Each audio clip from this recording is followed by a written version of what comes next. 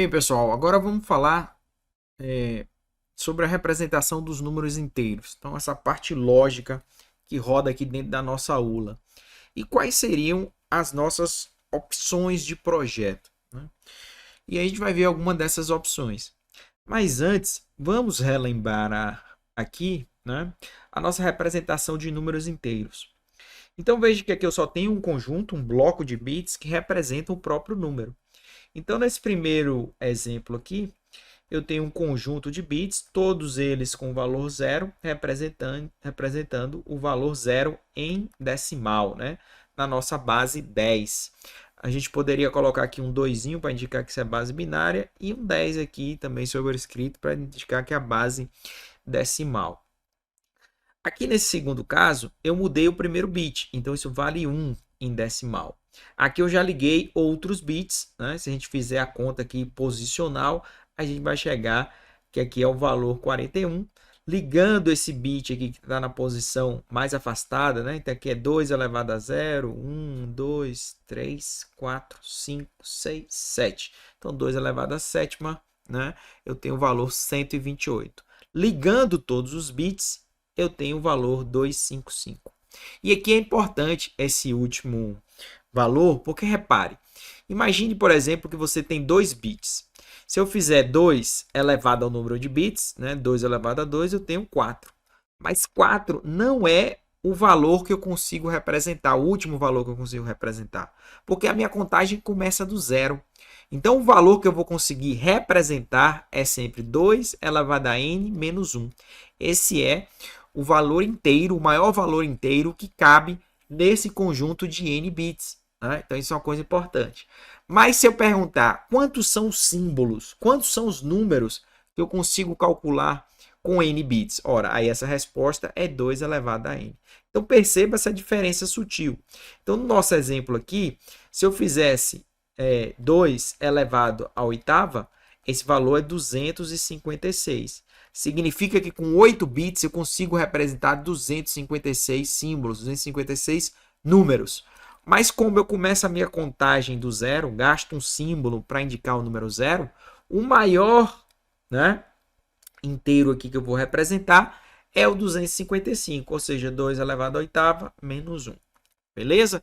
Então, com isso, a gente fez uma revisão breve aqui na representação dos números inteiros.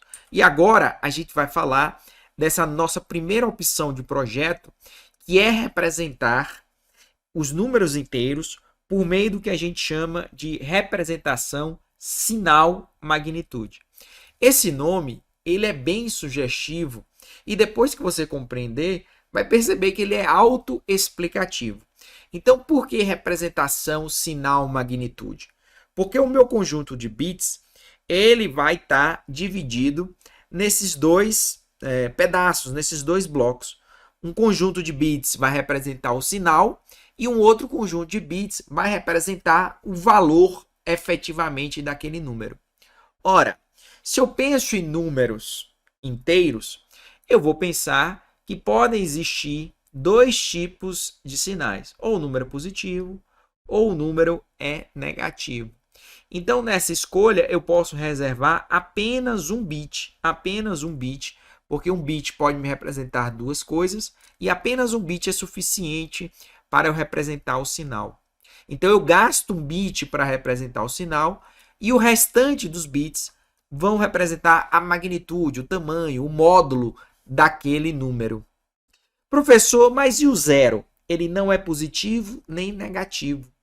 Pois é, no caso do zero a gente vai ver que isso é um problema, porque eu vou acabar tendo dois zeros aí. Então essa estratégia, né, ela tem uma das desvantagens é essa, é a representação do zero e já já a gente fala sobre isso. Então note o seguinte, que o foco no bit mais significativo, o que significa bit mais significativo? É aquele que está mais à esquerda. É o primeiro bit que você olha, tá? Na palavra, né, que está armazenado é o que a gente chama de bit de sinal. O que é a palavra aqui, né? Word. Isso aqui, pessoal, quando a gente tem o processador, né? Ele tem uma palavra, ou seja, a forma como ele conversa com os demais elementos. O que eu consigo mandar de vez no meu barramento? Essa palavra vai ter um tamanho e geralmente é o tamanho do registrador. Então, se o meu processador tem registradores de 16 bits, a palavra desse computador é de 16 bits. Se os meus registradores são de 32 bits, a palavra desse processador é de 32 bits. Então, a palavra ali significa o que o processador consegue operar de uma vez só. De outro modo, é o tamanho do registrador. Então, dentro do tamanho do registrador, então imagine aqui, se eu tivesse um registrador de 16 bits, o primeiro bit ficaria reservado para o sinal e os outros 15 para a magnitude. No caso de 32 bits, um bit para o sinal e os outros 31 para a magnitude. Note que ao gastar um bit, cai pela metade a quantidade de números que eu posso representar. Então imagine que eu tivesse aqui 3 bits. Qual a quantidade de números que eu consigo representar esquecendo o sinal? Ora, é 2 elevado ao número de bits. Então eu conseguiria representar 8 valores, de 0 até 7. Agora, se um bit vai ser utilizado para o sinal, eu só tenho 2 elevado ao quadrado. Então, o que é que eu vou ter aqui? Vou ter, na verdade, 4 valores possíveis, de 0 a 3. Então, veja que cai pela metade, né? Ao invés de eu ter 2 elevado à terceira, eu vou ter aqui 2 elevado à segunda potência. Aqui, nesse caso, ao invés de eu ter 2 elevado a 32, na verdade, ó, se eu dividir por 2, né, aqui tem expoente 1, eu vou ter 2 elevado a 31. Então, eu estou gastando um bit para o meu bit de sinal. Então, esse é um outro ponto também quando a gente usa essa representação sinal-magnitude. Bem, se o bit de sinal for 0, e aí é convenção, né, é um padrão, a gente vai convencionar que se for 0, o número será considerado positivo. Agora, se o bit de sinal estiver ativado, estiver aceso, se o valor dele é 1, o número é negativo. Somente isso, tá? Então, note que numa palavra de n bits, é isso que a gente discutiu aqui, ó, n menos 1 bits à direita é que representam a magnitude. Então, nesse exemplo aqui, se eu tenho 32 bits, né, então n igual a 32. Quais são os bits que representam a magnitude? São os 31 mais a direita. Esse primeiro aqui à esquerda vai representar o sinal. Então, veja um exemplo aqui ilustrativo para o caso aqui que a gente tem, vamos ver, 3, 6, 7, 8 bits. Então, quem é o bit de sinal? Esse primeiro cara aqui. Veja que nesse exemplo de cima, o bit de sinal está o quê? Desligado, é 0. Ora, se ele está desligado, o valor numérico será positivo. Então, ficou o resto.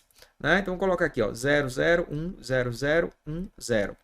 Aqui é 0, 2, 4, 8, 16. Esses dois bits que estão ligados. 16 com 2, 18. Então, 18 positivo. Embaixo eu tenho o mesmo conjunto de bits mais à direita, né? Mas agora o bit de sinal está ligado, então menos 18. Então, utilizando essa representação sinal de magnitude, aí está um exemplo de como eu representaria o mais 18 e o menos 18. Agora, quais são as desvantagens dessa abordagem?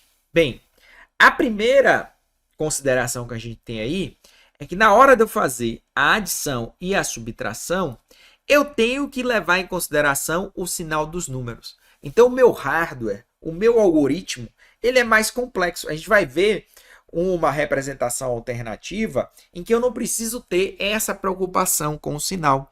Mas no caso, se eu escolho a representação sinal-magnitude, esse meu hardware, né, ele tem que levar em consideração os sinais dos números. Ele tem que olhar para aquele sinal para ver o que ele é, para saber como ele vai executar a operação. Então, essa é uma das desvantagens, né? O algoritmo vai ter que levar em consideração os sinais. Isso pode parecer assim estranho, não tão imediato, mas quando a gente vê a outra representação, você vai ver que a gente não precisa do sinal. Outra desvantagem é que existem duas representações para o zero. Então, note, se esse lado de cá, né, os bits mais à direita, tirando o primeiro, representa a magnitude e está tudo zerado, nesses dois casos a magnitude é zero. Só que do lado esquerdo eu tenho um que representaria o sinal ligado, né, o zero com o sinal desligado aqui e um representando o sinal ligado. Ora, então eu teria, né, entre aspas, um mais zero, né, e um outro menos zero. Esses dois caras, esses dois valores aí, eles representam matematicamente o valor zero, tá? Então a gente tem duas representações, um mais zero e um menos zero, a gente pode chamar isso aqui, que não faz sentido matemático, mas em termos matemáticos seria zero. Mas eu tenho duas opções de número zero. Né? Então, essa é uma outra desvantagem. Então, por causa desses problemas, não é essa a opção que geralmente se adota na implementação da ULA. Tá? Então, por causa dessas desvantagens, a representação sinal magnitude raramente é usada para a gente representar aí a nossa ULA, tá? Em vez disso, é mais comum a gente usar o que a gente chama aí de complemento a 2 ou complemento de 2. Essa segunda forma de representação, ela vai resolver esses problemas que a gente encontra aqui, tá? Já já a gente volta para falar sobre ela. Grande abraço, até mais, valeu!